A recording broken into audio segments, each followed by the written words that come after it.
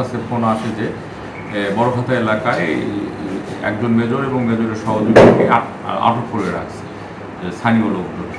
পরবর্তীতে আমি আমার মোবাইল পার্টিকে পাঠাই, আমার মোবাইল পার্টির ইনচার্জ সাব ইন্সপেক্টর বাদশা মিয়া, তাকে আমি বলি আপনি যান, যে দেখেন যে তাকে এরকম কোনো লোক পাইলে আপনার থানায় নিয়ে আসে। থানায় নিয়ে আসা হয়, আমি তাকে জিজ্ঞাসাবাদ করি এবং এই ভুয়া মেজর যে নিজেকে মেজর পরিচয় দেয়, এই ব্যক্তিটি আজ থেকে প্রায় 1 মাস পূর্বে আমাদের যে লোকটার কাছ থেকে টাকা দাবি করেছে, রফিক নাম, তার বাড়ি বড়খাতা 4 নম্বর ওয়ার্ডে, এই লোককে লালমনিরহাট কোর্টে পেয়ে তাকে তার সহযোগী, এই ভুয়া মেজরের সহযোগী শহীদার বলছে যে আমার পরিচিত এক মেজর সাহেব আছে, বান্ডেল থাকলে প্রতি সেনমানিতে টাকা বাঁচবে।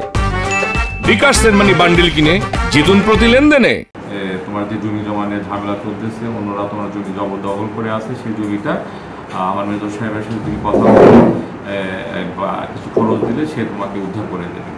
পরবর্তীতে এই মেজরের সহযোগী শহীদুর রহমান রফিকের সাথে কথা বলে এবং কত টাকা নেবে সেই অনুযায়ী চুক্তি করে যে 50,000 টাকা দিতে হবে এবং মেজর সাহেব তার জমি উদ্ধার করে দেবে।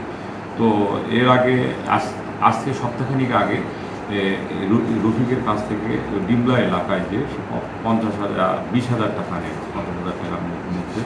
আর আজকে এই মেজর সাহেব তার বাড়িতে আসছিল, এই ভুয়া মেজর সাহেব আজকে তার বাড়িতে আসছে বাকি 30,000 টাকা নেওয়ার জন্য।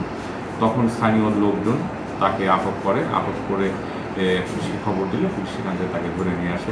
তার বিরুদ্ধে আমরা নিয়মিত মামলা নিয়ে বিজ্ঞ আদালতে তাকে প্রেরণ করব।